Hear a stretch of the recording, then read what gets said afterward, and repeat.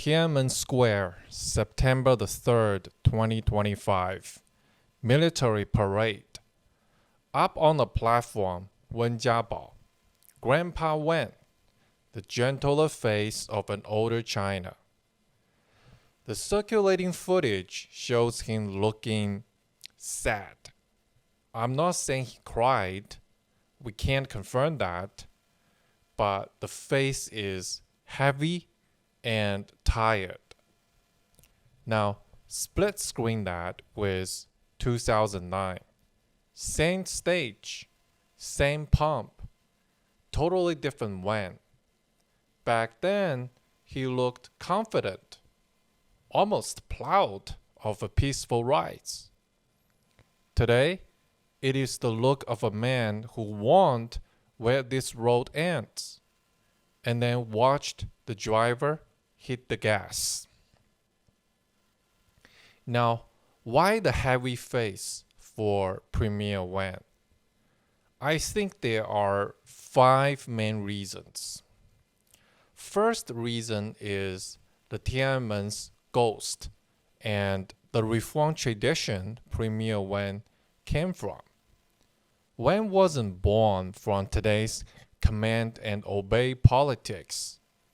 He came up under Hu Yaobang and Zhao Ziyang, who were not just GDP growth guys, but actually pushed political reform. More real elections inside the party, multiple candidates on ballots, more transparency, public consultation on policy, and holding officials personally accountable for mistakes. In plain English, loosen the chokehold, let sunlight in, and make CCP officials answer for screw-ups. Zhao Ziyang then took it further at the 30th Party Congress in 1987. Separate the party from the government, 党政分开, build a professional civil service, and stop the party from micromanaging every desk and doorknob in a state. That was radical for its time, and exactly why it became taboo later. Now, connect the dots to Wen. He wasn't some distant observer. He literally stood beside Zhao Ziyang at Tiananmen in 1989 when Zhao told the pro-democracy students who were protesting that we came too late. Premier Wen is right behind him. He isn't reading a briefing. He's watching a moral line get drawn in real time. Now fast forward to September the 3rd, 2025. Same square, different script. The official line says peaceful rise, but the reality screams something very different. If Premier Wen's face looks heavy, it's because that night in 1989 never left him. He saw what a different past could have been. Hu and Zhao's loosening turns guardrails against one-man rule, and he saw what happens when the system swerves the other way. So when the camera finds him sad, restrained, older, you're not just seeing an 82-year-old at a parade.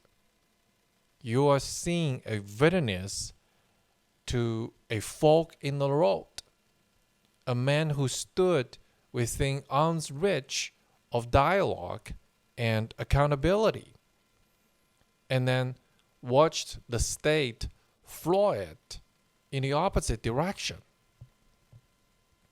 Nothing says we're calm and secure like 10,000 goose steps and a missile lineup, right?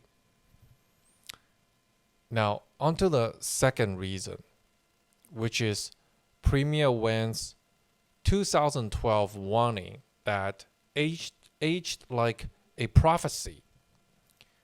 Wen wasn't a flamethrower. He was the soft-spoken guy who did the unforgivable in today's climate. He told the truth into a live mic. At his final press conference in 2012, he basically said that if China doesn't do real political reform, we risk repeating the tragedies of the Cultural Revolution. What was he really saying? 3 simple things. Loosen the chokehold. Stop ruling by fear and royalty tests. Bring feedback. Let society, media, experts, entrepreneurs say this won't work without losing their heads. And put rules over personalities. Institutions first, strong men last. Now fast forward and tell me this doesn't sound familiar. Ideology in everything. When politics becomes a religion, policy turns into ritual. You don't ask, does it work? You ask, is it real? That's how you get campaign-style governance. Rectification drives, study sessions, and endless slogans standing in for actual fixes. And you have the party fused to every institution. Instead of the party leads as a guardrail, it becomes the party is the law, the market, the university, the boardroom. And the private firms get party committees. Classrooms get politics. Investments get litmus tests. Welcome to the merger nobody asked for. And in today's China, fear has replaced feedback. If no one can say, bad idea, then bad ideas turn into national policy. Mistakes don't get corrected, they get enforced. And that is how a misstep becomes a mandate. And a mandate becomes a multi-year detour. Remember the stupidity of zero COVID that accelerated Chinese economic collapse? And even worse than that, in China today, crackdowns have become the default management tool. Tech, tutoring, property, one sector at a time, until the whole economy learns the lesson. Initiative is risky, and silence is safe.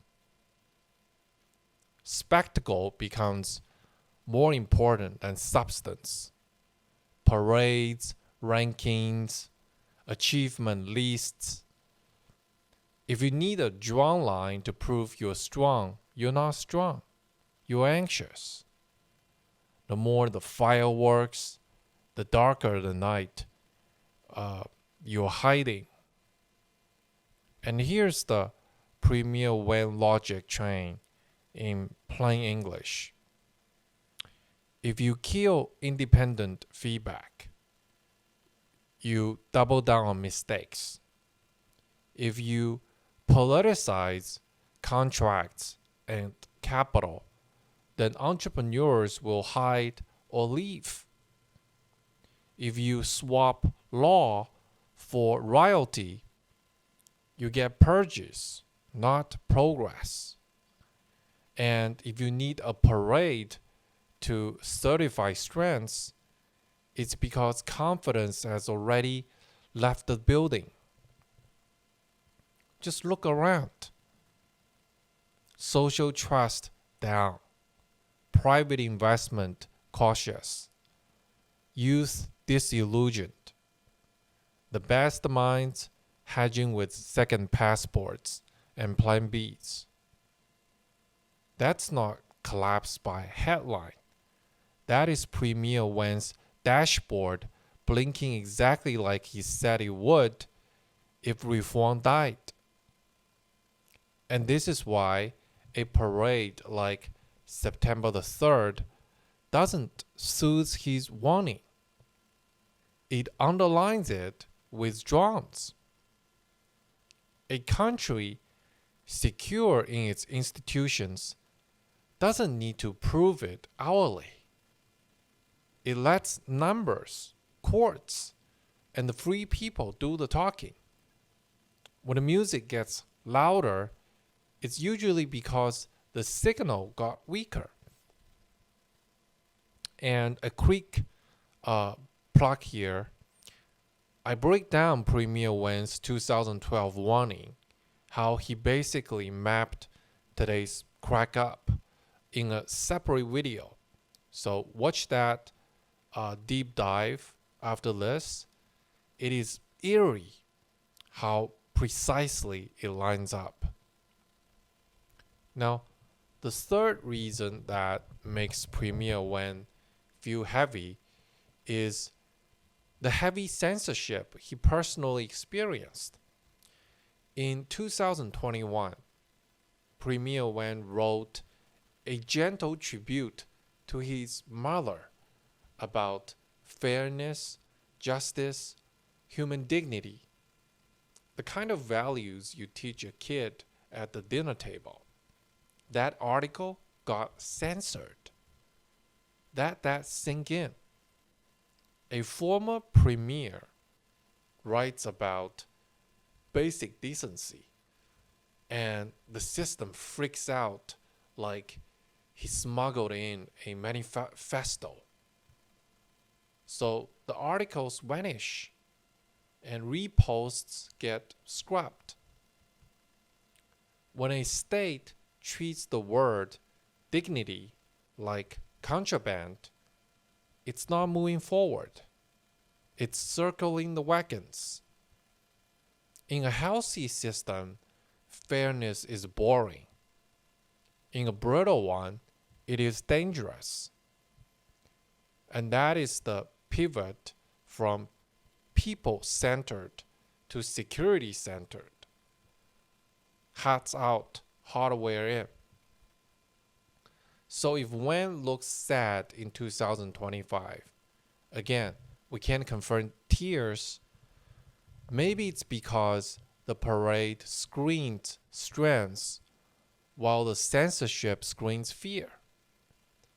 If you have to censor a eulogy from a former premier, you're not governing, you're stage managing. The ideas of fairness and justice are subversive in China now. Got it. So please replace them with stability, harmony, and applause. Now, the fourth reason that makes Premier Wen sad is the contrast between the hard hat versus the hard line. Remember the Sichuan earthquake 2008? Premier Wen in a hard hat, on the ground, hugging people, crying with them. You can debate policy, but you can't fake bedside manner in a disaster zone.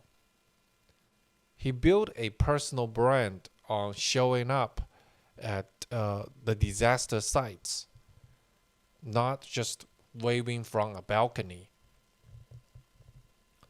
Now contrast that with today's optics. Xi's inspection style usually lands after the worst has passed. when the risk is controlled and the cameras are ready. Xi went to Wuhan, where COVID first happened, on March the 10th, 2020. His first trip there, once official narratives said the outbreak was under control and the new cases had tumbled, finally safe for him to visit. It was a victory lap image, not a frontline moment. Back in the Wen era, leaders at least performed empathy. Call it stagecraft, if you will, hard hats, hospital walkthroughs, on the spot Q&A, a few sleeves rolled up for the cameras. Even if a lot of it was just acting, it set expectations. CCP officials had to show face, take questions, fix things fast. The message was clear. People count. Or at least you better act like they do. Now, the vibe is different. Today's leadership doesn't even bother with these performances. The leader is the stage. Visits just feel like victory laps, not bedside checks. Citizens are backdrops, not stakeholders. Wen talked about 以人为本, people first. Today's keywords are security first and absolute royalty.